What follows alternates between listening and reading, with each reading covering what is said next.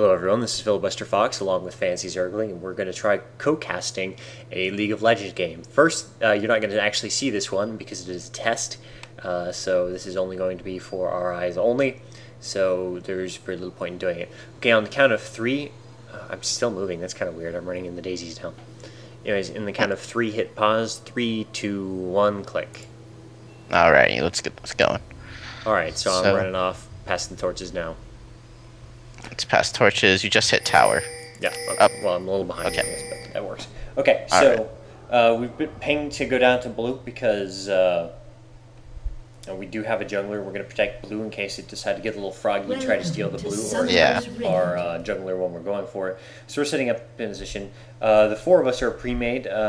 Myself, FancyZergling, Griefum Orchid, and Zawesome. The Amumu, Yuki. Is a random, but he did play along with our all-Yordle team setup that we decided to do. For those of you who do not know, in League of Legends, the Yordles are these little people walking around. They seem to be blue for the most part, with some exceptions. Females are blue. Females are blue, males are furry. Okay, yeah, I am not full on the lore of them, so I would explain why they're not all blue, because only the women are. Makes sense. Alright, so the golem actually spawns at 1 minute and 52 seconds in, so we've got about 30 seconds to go before that happens. But we're all just sticking around to make sure no one comes around. Yeah, definitely when you... around there. Yeah, we just clairvoyanced over there and saw them over by there, so we should be okay. So we're just going to do a leash and go back to our lanes. Yeah, definitely when you have an Amumu especially. Amumu is very blue dependent, so you always want to protect him at blue, because unless you... if they mess up his jungle at all, you're not going to see ganks from Amumu for quite a while, and he's going to be set way behind back. Especially if he runs the regrowth pendant build. Fortunately, he's running the cloth armor build, so he's probably going to build into a boots and a quick Aegis for damage. But, yeah, pretty much Amumu needs that blue to jungle effectively, and you definitely want to stick around and protect him. Alright, there goes the leash. I shoot the golem, going to follow me, and Amumu just does the damage after I get that initial distraction. I have the long way to run, go to my lane. It's kind of weird that I'm the furthest away doing leashing, but it kind of works out. In the middle, we have Zawesome playing as Teemo against H808M playing as Karthus. Down in the bottom, we've got Fiddlesticks and Orianna, Lizkit and Maya Long, respectively, against our Poppy, who is already doing some damage to their Orianna. Taking her down nice. There's lots of good harassment there. Oh, and he goes for the kill right off the bat. 2 minutes and a half in. Poppy does take down that kill and does some damage to push Fiddlesticks back. Good control on the bottom lane. Up top, we've got myself playing Tristana and against Shaco and Shen. And I'm going to have to be zoned for the most part because they can definitely out-harass me, and I have to play careful and just not feed them. Yeah. That's generally what you have to do in the 2v1. Is you want to be very careful and try to stay to your tower. You'll eventually get pushed, the minions will eventually get pushed to your tower, and you just want to stay there and farm, because even if they try just the last hit and deny you, they're still pushing your lane more than enough for you to get your XP in the nick of time, and eventually out-level them. And I feel that Tristana was the best person to... considering the skill level of our Kennen, we love him and all, but he's probably not the best player to send the 2v1, though optimally he would have been the best if he was on the same level as Fox. But Tristana is still a great 2v1 with her exploding shot ability and can adequately push the lane from her tower when needed. Yeah, one thing to consider with our team build-up, we've got our Amumu, who's a random. We don't know what to expect from his skill capabilities, although he has admitted he is rusty on Amumu, so that's something to be careful of. I've played Tristana quite a few times, and I'm pretty decent the AD carry position, so I'm pretty used to that. FancyZergling is probably the most experienced of this group, and most reliable. However, he is not as suited to a 2v1 lane as, say, Tristana or Kennen. Kennen is very new. He's learning still. He's picking up well, but he's still got a long ways to go. Good guy, though. He's working out. And our Teemo is fairly experienced, about at my level, and he does a pretty good job of holding solo mid, and he's probably the best suited character for that position at this time. Yeah, definitely. Teemo's very capable of putting out some great damage at early levels, and actually enough to put Karthus back if he tries to get aggressive on him, even though he can't keep up with the exact AoE damage that Karthus can put out. That's why we generally see him at his tower. And fortunately, the Mumu and I are able to pick up this at later times and go in there and put some pressure on Karthus to keep him at bay. Right. One thing to be aware of Karthus, if you are unfamiliar with Karthus, his ultimate does do an AP attack on everyone on the opposing team. Does quite a bit of damage, so it could be a significant threat if you're at low health. You may have thought you got away, then Karthus ultimates, and you just die. So that's something to be watched out for, and it definitely affects our gameplay. For example, could not get as aggressive as I would have liked to at times, and I had to just keep returning back to heal more often than I should have. And you know, when they have a Karthus on their other team, it's always a legitimate strategy to pick up a quick Banshee's Veil, even putting back your core damage build, because just being able to survive that ultimate and getting that extra magic resist helps so much in the laning phase, since farming is such a key importance in this game. Yeah, that's definitely a consideration I may have taken. I opted to, play to my strength of being careful and kind of save my money directly into the damage because I knew we were going to need that 80 damage fast. Now, one thing on the enemy team layout that we've noticed is they have 4 AP, carries pretty much. They've got 4 strong mages, and then Shen, who is an AD tank. And these are only source of AD damage, so we can almost neglect armor completely and go completely for magic resistance defenses our guild. Well, there goes the first ultimate, and it takes out our Kennen, who is at low health, unable to escape and heal in time, leaving Poppy alone in the bottom lane against Orianna right there. That ball that she's tossing around does a lot of damage. You have to have good awareness of its location at all times whenever you are or are fighting against Orianna. It can do area attacks wherever it is where it moves from, so if it passes through you, you take some damage, whether it's going to shield someone, returning to her, or any sort of movement at all. Just expect to be damaged by it if it just bounces around at all. See Poppy having to go B, but Kennen's on his way back, should be able to hold the tower pretty well. Up in the top, I am pushing out a little farther than I perhaps should. I'm taking some damage from Shen and Shaco. Pushing back, taking some good damage, but I am pretty low, may have to get out of there. Though Karthus did just use his ult, so I feel like I can spend a little more time up there. Oh yeah, definitely. That's definitely when you want to start getting aggressive is once Karthus ults, because there's a 190-second window where you can't actually be aggressive without having to fear any retribution from Karthus himself. So that's definitely when you want to start pushing out or go B and buy your items and then become a little stronger. It's always good to go back. I mean, a lot of players won't go back and just keep farming, having gold in the bank, but having gold in the bank is a lot like having minerals in the bank in StarCraft 2. It's just sitting there and being useless.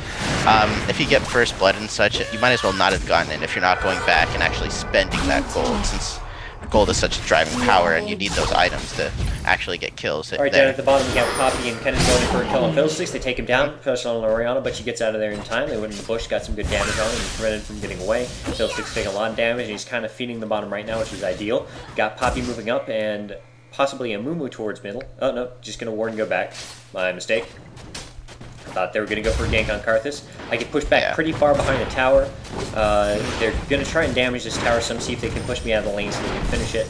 I'm already at about half health. If they can land some damage on me, I'm going to be forced out of the lane because Karthus should have his ultimate available again.